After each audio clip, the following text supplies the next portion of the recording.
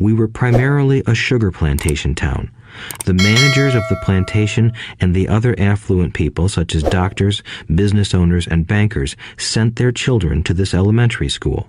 After grade 6, their children were generally sent off to private schools. Because my family lived on one side of the street, I went to this school. Had I lived on the other side of the street, I would have gone to a different school with kids from families more like mine. After grade 6, these kids and I would go on to the public intermediate and high school. There was no private school for them or for me. My dad finally put down the paper. I could tell he was thinking. "Well, son," he began slowly, "if you want to be rich, you have to learn to make money." "How do I make money?" I asked. "Well, use your head, son," he said, smiling. Even then, I knew that really meant, "That's all I'm going to tell you," or, "I don't know the answer, so don't embarrass me." A partnership is formed. The next morning, I told my best friend, Mike, what my dad had said. As best as I could tell, Mike and I were the only poor kids in this school. Mike was also in this school by a twist of fate. Someone had drawn a jog in the line for the school district, and we wound up in school with the rich kids. We weren't really poor, but we felt as if we were because all the other boys had new baseball gloves, new bicycles, new everything. Mom and Dad provided us with the basics, like food and shelter and clothes, but that was about it. My dad used to say, "If you want something, work for it." We wanted things, but there was not much work available for 9-year-old boys. "So what do we do to make money?" Mike asked. "I don't know," I said, "but do you want to be my partner?" He agreed, and so on that Saturday morning, Mike became my first business partner. We spent all morning coming up with ideas on how to make money. Occasionally, we talked about all the cool guys at Jimmy's beach house having fun. It hurt a little, but that hurt was good, because it inspired us to keep thinking of a way to make money. Finally, that afternoon, a bolt of lightning struck. It was an idea Mike got from a science book he had read. Excitedly, we shook hands, and the partnership now had a business. For the next several weeks, Mike and I ran around our neighborhood, knocking on doors and asking our neighbors if they would save their toothpaste tubes for us. With puzzled looks, most adults consented with a smile. Some asked us what we were doing, to which we replied, "We can't tell you. It's a business secret." My mom grew distressed as the weeks wore on. We had selected a site next to her washing machine as the place we would stockpile our raw materials. In a brown cardboard box that at one time held ketchup bottles, our little pile of used toothpaste tubes began to grow. Finally, my mom put her foot down. The sight of her neighbor's messy, crumpled, used toothpaste tubes had gotten to her. "What are you boys doing?" she asked. "And I don't want to hear again that it's a business secret. Do something with this mess or I'm going to throw it out." Mike and I pleaded and begged, explaining that we would soon have enough and then we would begin production. We informed her that we were waiting on a couple of neighbors to finish their toothpaste so we could have their tubes. Mom granted us a 1-week extension. The date to begin production was moved up, and the pressure was on. My first partnership was already being threatened with an eviction notice by my own mom.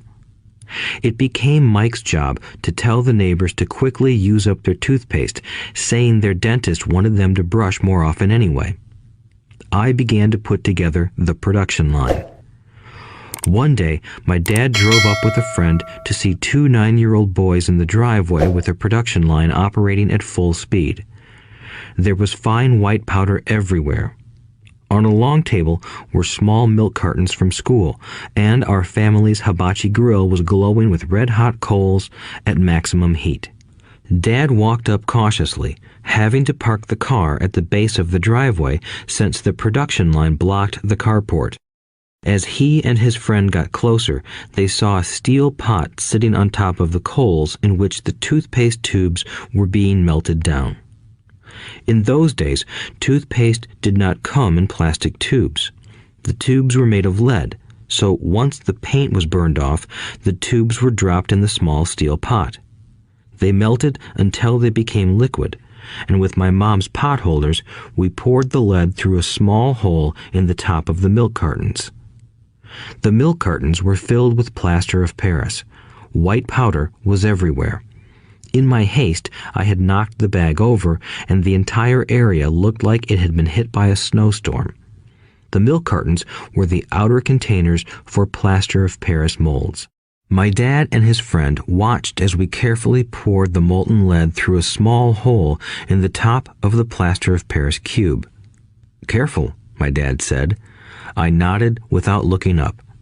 Finally, once the pouring was through, I put the steel pot down and smiled at my dad. "What are you boys doing?" he asked with a cautious smile. "We're doing what you told me to do. We're going to be rich," I said. "Yup," said Mike, grinning and nodding his head. "We're partners." "And what is in those plaster molds?" my dad asked. "Watch," I said. "This should be a good batch." With a small hammer, I tapped at the seal that divided the cube in half. Cautiously, I pulled up the top half of the plaster mold, and a lead nickel fell out.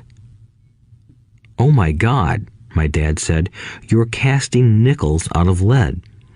"That's right," Mike said. "We're doing as you told us to do. We're making money." My dad's friend turned and burst into laughter. My dad smiled and shook his head. Along with a fire and a box of spent toothpaste tubes, in front of him were two little boys covered with white dust, smiling from ear to ear. He asked us to put everything down and sit with him on the front step of our house. With a smile, he gently explained what the word counterfeiting meant. Our dreams were dashed. "You mean this is illegal?" asked Mike in a quivering voice. "Let them go," my dad's friend said. "They might be developing a natural talent." My dad glared at him. "Yes, it is illegal," my dad said gently, "but you boys have shown great creativity and original thought. Keep going. I'm really proud of you." Disappointed, Mike and I sat in silence for about 20 minutes before we began cleaning up our mess. The business was over on opening day. Sweeping the powder up, I looked at Mike and said, "I guess Jimmy and his friends are right. We are poor." My father was just leaving as I said that. "Boys," he said, "you're only poor if you give up. The most important thing is that you did something. Most people only talk and dream of getting rich. You've done something. I'm very proud of the two of you. I will say it again. Keep going. Don't quit." Mike and I stood there in silence. They were nice words, but we still did not know what to do. "So how come you're not rich, Dad?" I asked. "Because I chose to be a school teacher. School teachers really don't think about being rich. We just like to teach. I wish I could help you, but I really don't know how to make money." Mike and I turned and continued our cleanup. "I know," said my dad. "If you boys want to learn how to be rich, don't ask me. Talk to your dad, Mike." "My dad?" asked Mike with a scrunched-up face. "Yeah, your dad," repeated my dad with a smile. "Your dad and I have the same banker, and he raves about your father. He's told me several times that your father is brilliant when it comes to making money." "My dad?" Mike asked again in disbelief. "Then how come we don't have a nice car and a nice house like the rich kids at school?" "A nice car and a nice house don't necessarily mean you're rich or you know how to make money," my dad replied. "Jimmy's dad works for the sugar plantation. He's not much different from me. He works for a company and I work for the government. The company buys the car for him. The sugar company is in financial trouble, and Jimmy's dad may soon have nothing. Your dad is different, Mike. He seems to be building an empire, and I suspect in a few years he will be a very rich man." With that, Mike and I got excited again. With new vigor, we began cleaning up the mess caused by our now defunct first business. As we were cleaning, we made plans for how and when to talk to Mike's dad. The problem was that Mike's dad worked long hours and often did not come home until late. His father owned warehouses, a construction company, a chain of stores, and 3 restaurants. It was the restaurants that kept him out late. Mike caught the bus home after we had finished cleaning up. He was going to talk to his dad when he got home that night and ask him if he would teach us how to become rich. Mike promised to call as soon as he had talked to his dad, even if it was late. The phone rang at 8:30 p.m. "Okay," I said, "next Saturday." I put the phone down. Mike's dad had agreed to meet with us. On Saturday, I caught the 7:30 a.m. bus to the poor side of town. The lessons begin. Mike and I met with his dad that morning at 8 o'clock. He was already busy, having been at work for more than an hour. His construction supervisor was just leaving in his pickup truck as I walked up to his simple, small, and tidy home. Mike met me at the door. "Dad's on the phone, and he said to wait on the back porch," Mike said as he opened the door. The old wooden floor creaked as I stepped across the threshold of the aging house. There was a cheap mat just inside the door. The mat was there to hide the years of wear from countless footsteps that the floor had supported. Although clean, it needed to be replaced. I felt claustrophobic as I entered the narrow living room that was filled with old, musty, overstuffed furniture that today would be collector's items. Sitting on the couch were 2 women, both a little older than my mom. Across from the women sat a man in workman's clothes. He wore khaki slacks and a khaki shirt, neatly pressed but without starch, and polished work boots. He was about 10 years older than my dad. They smiled as Mike and I walked past them toward the back porch. I smiled back shyly. "Who are those people?" I asked. "Oh, they work for my dad. The older man runs his warehouses, and the women are the managers of the restaurants. And as you arrived, you saw the construction supervisor who was working on a road project about 50 miles from here. His other supervisor, who was building a track of houses, left before you got here." "Does this go on all the time?" I asked. "Not always, but quite often," said Mike, smiling as he pulled up a chair to sit down next to me. "I asked my dad if he would teach us to make money," Mike said. "Oh, and what did he say to that?" I asked with cautious curiosity. "Well, he had a funny look on his face at first, and then he said he would make us an offer." "Oh," I said, rocking my chair back against the wall. I sat there, perched on 2 rear legs of the chair. Mike did the same thing. "Do you know what the offer is?" I asked. "No, but we'll soon find out." Suddenly, Mike's dad burst through the rickety screen door and onto the porch. Mike and I jumped to our feet, not out of respect, but because we were startled. "Ready, boys?" he asked as he pulled up a chair to sit down with us. We nodded our heads as we pulled our chairs away from the wall to sit in front of him. He was a big man, about 6 feet tall and 200 pounds. My dad was taller, about the same weight, and 5 years older than Mike's dad. They sort of looked alike, though not of the same ethnic makeup. Maybe their energy was similar. "Mike says you want to learn to make money. Is that correct, Robert?" I nodded my head quickly, but with a little trepidation. He had a lot of power behind his words and smile. "Okay, here's my offer. I'll teach you, but I won't do it classroom style. You work for me, I'll teach you. You don't work for me, I won't teach you. I can teach you faster if you work, and I'm wasting my time if you just want to sit and listen like you do in school. That's my offer. Take it or leave it." May I ask a question first?" I asked. "No, take it or leave it. I've got too much work to do to waste my time. If you can't make up your mind decisively, then you'll never learn to make money anyway. Opportunities come and go. Being able to know when to make quick decisions is an important skill. You have the opportunity that you asked for.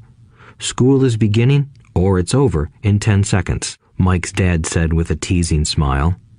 "Take it," I said. "Take it," said Mike. "Good," said Mike's dad. "Mrs. Martin will be by in 10 minutes. After I'm through with her, you'll ride with her to my superette and you can begin working. I'll pay you 10 cents an hour and you'll work 3 hours every Saturday." "But I have a softball game today," I said. Mike's dad lowered his voice to a stern tone. "Take it or leave it," he said. "I'll take it," I replied, choosing to work and learn instead of playing. 30 cents later. By 9 a.m. that day, Mike and I were working for Mrs. Martin.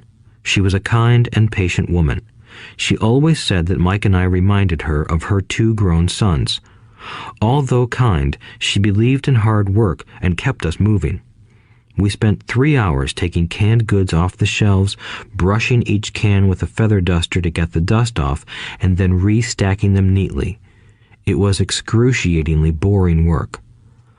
Mike's dad, whom I called my rich dad, owned 9 of these little superettes, each with a large parking lot. They were the early version of the 7-Eleven convenience stores, little neighborhood grocery stores where people bought items such as milk, bread, butter, and cigarettes. The problem was that this was Hawaii before air conditioning was widely used, and the stores could not close their doors because of the heat. On 2 sides of the store, the doors had to be wide open to the road and parking lot. Every time a car drove by or pulled into the parking lot, dust would swirl and settle in the store. We knew we had a job as long as there was no air conditioning. For 3 weeks, Mike and I reported to Mrs. Martin and worked our 3 hours. By noon, our work was over, and she dropped 3 little dimes in each of our hands. Now, even at the age of 9 in the mid-1950s, 30 cents was not too exciting. Comic books cost 10 cents back then, so I usually spent my money on comic books